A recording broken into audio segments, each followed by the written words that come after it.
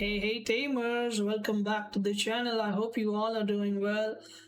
As much as I love to create PvP content and tutorials, guys, I have received a lot of DMs regarding dojo rematches and how it's like really hard for some people to defeat the dojos and they are missing out on a lot of content because of that.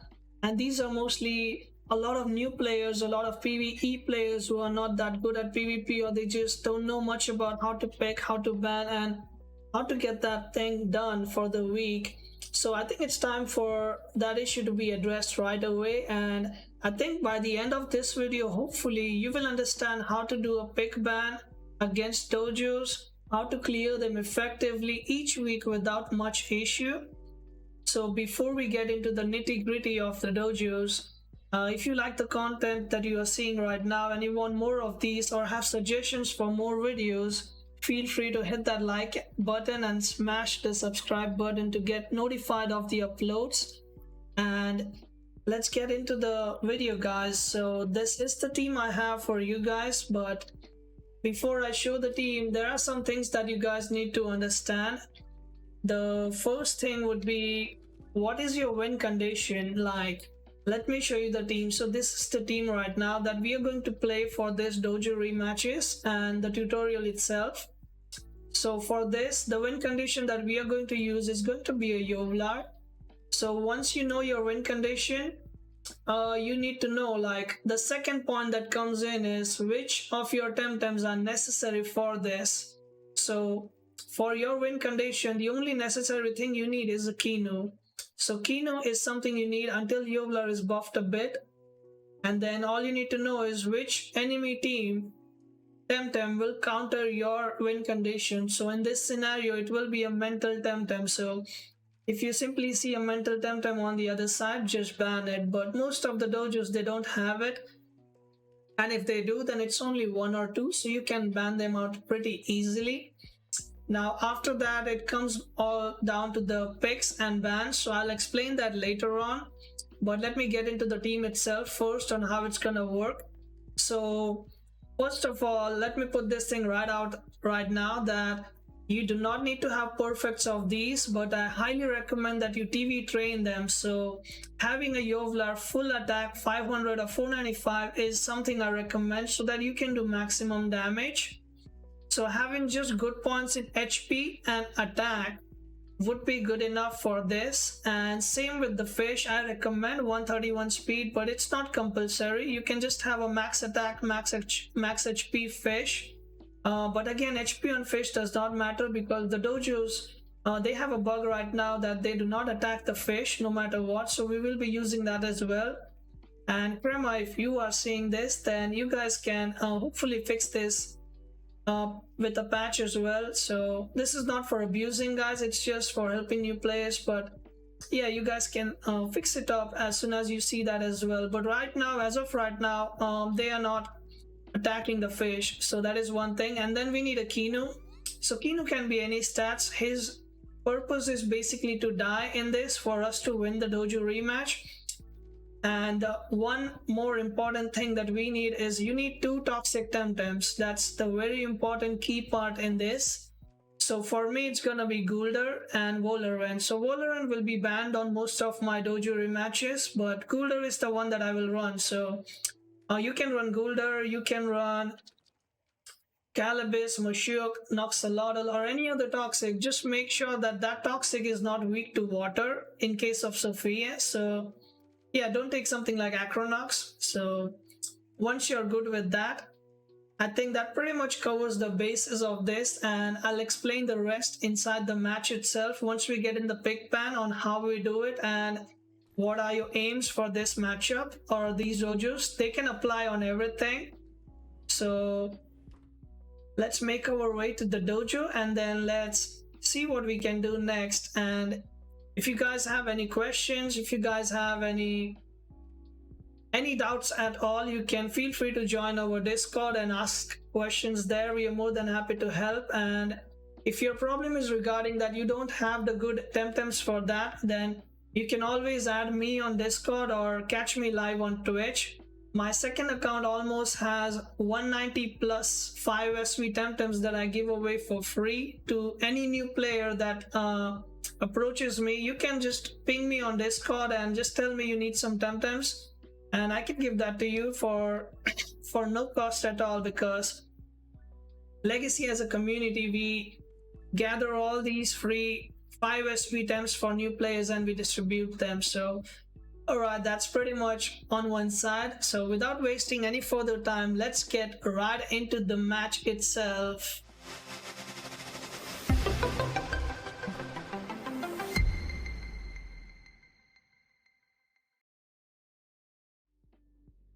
So here we are, guys, and this is how the screen usually looks like. You are the one banning first and he's the one banning second.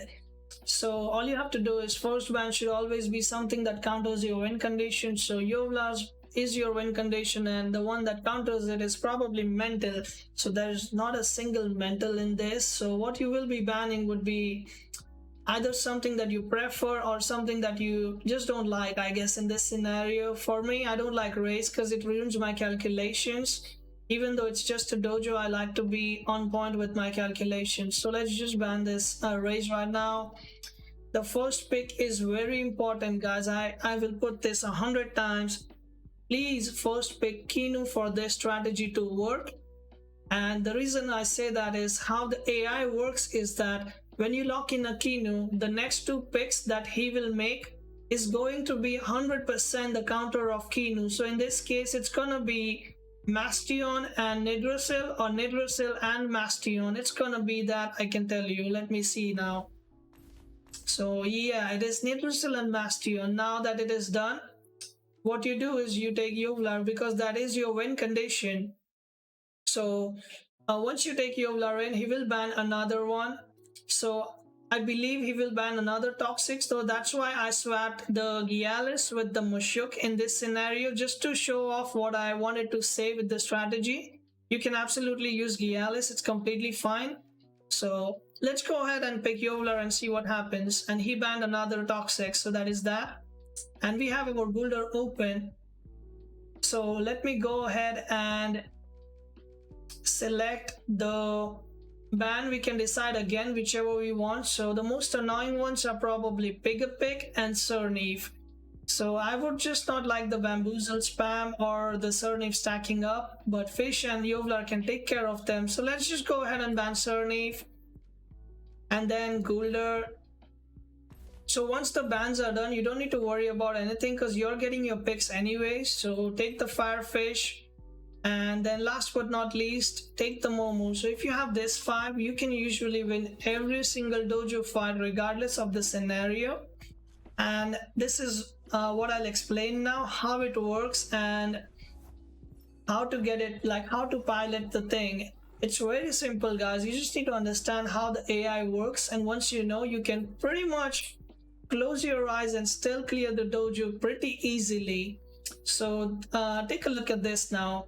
So how it works is AI, so Mastion and Nidrasil, they see a green circle on Kinu.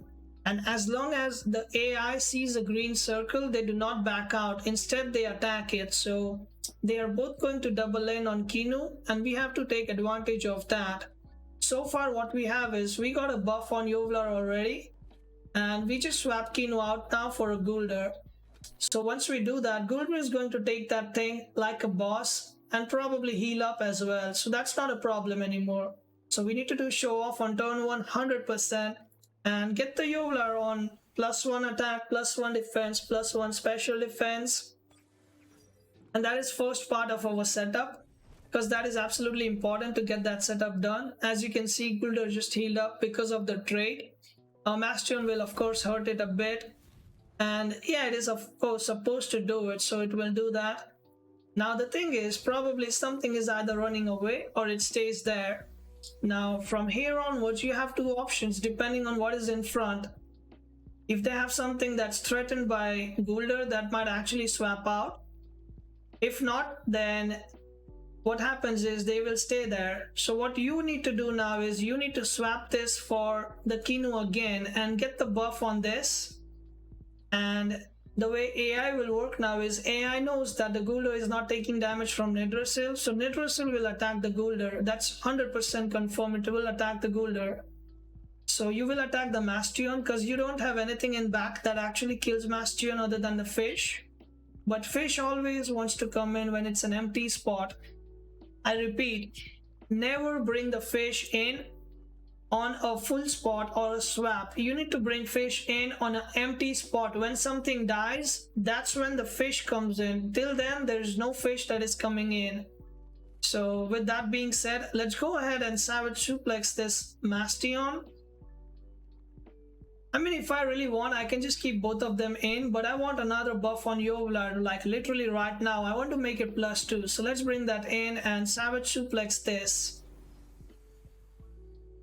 Also, the reason why I didn't say about items earlier is because they are not really necessary. As long as you have a resistance badge on Yovlar and bait and pass on Kinu, you should be fine. So Savage Suplex goes first, hits for 75%. Mastion probably does. Okay, now that is something I didn't pay attention to, that Nidrasil has a mental attack. That's my bad, but since we are still good going, we are good to go. We do not need to worry about it. And he just went to sleep for 2 turns. So that is really nice for us. So at this point, Kinu has to sacrifice himself. So you took the sacrifice on Yovlar, you took clinch on whatever is alive, because it is 2 scenarios. Mastion was a bit tanky, so it lived, but most of the time you would have one-shotted the thing already on that slot. If not, then you just do clinch now to finish it up. Sacrifice makes it so that Yovlar is pretty much unkillable right now at this point. So now we kill the Mastion with the clinch as soon as he attacks us with his attack. I don't think that hurts much with +3. Even if it does, we don't really care much about it, because at this point we are going to just shred the entire AI team apart with that Yovlar and the fish coming in. Now here's the scenario that makes a lot of difference, let me tell you. Let me show you actually once the fish comes in. So yeah, as I said, there is a dead slot. That's when the fish comes in.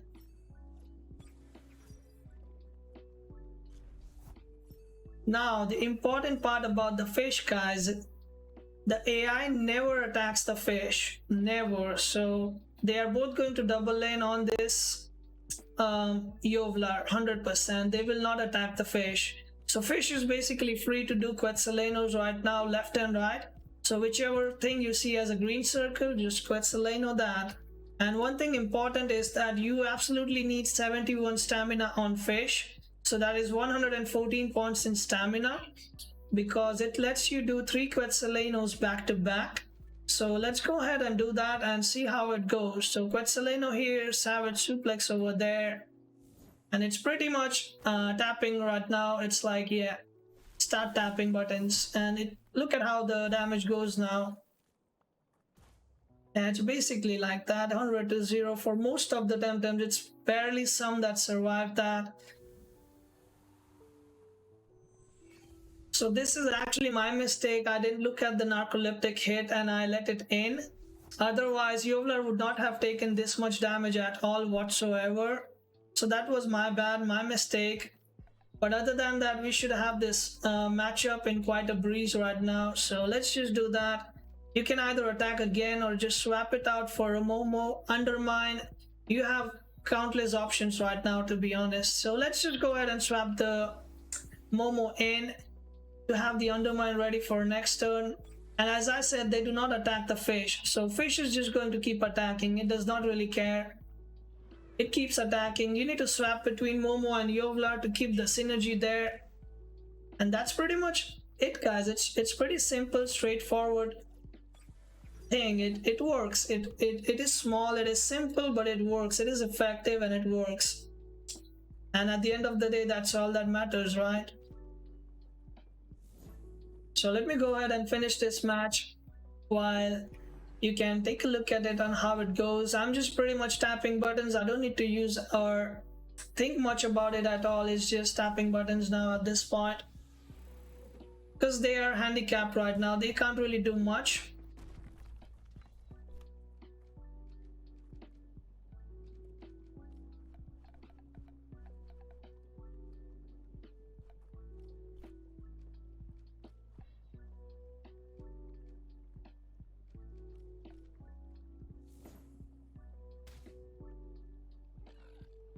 Also, since you guys are indeed still watching till the end of this, I would like to invite you guys for auction that we are hosting tomorrow.